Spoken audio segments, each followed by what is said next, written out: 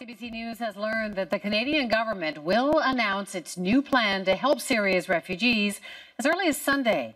And tonight, we have some of the details. The CBC's Margot McDermott reports. The refugee crisis has dogged the Conservative campaign for the last week. Today, in an interview with CBC Radio's The House, Defence Minister Jason Kenney said his government is working on a strategy to get thousands of refugees to Canada. I think faster processing, accelerated streamlined system and more support to get more people here quickly.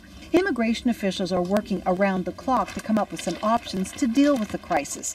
CBC News has learned those include matching Canadians' donations to groups sponsoring refugees, and a focus on religious minorities who are displaced. But unlike past crises like the one in Kosovo, Kenney is ruling out an airlift.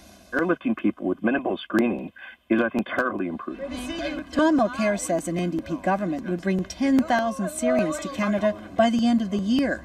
Today, he said he would appoint a commissioner based in Turkey to oversee the operation. We've got to be getting the best possible people on the ground. We've said for some time now, get the best person in there as a coordinator, get the assets on the ground, work in Turkey and in other places.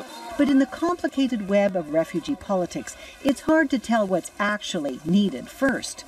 Getting a team on the ground right away would be a key indication the government is really serious, says this immigration expert. It takes a heroic effort. We're talking about bringing 10,000, 15,000 people in a very short time, and people who are desperate. So having a team of specialists over there is absolutely critical. Conservatives say their strategy could very well include such teams on the ground to process refugees more quickly. The details will be released within days. Margot McDermott, CBC News, Ottawa.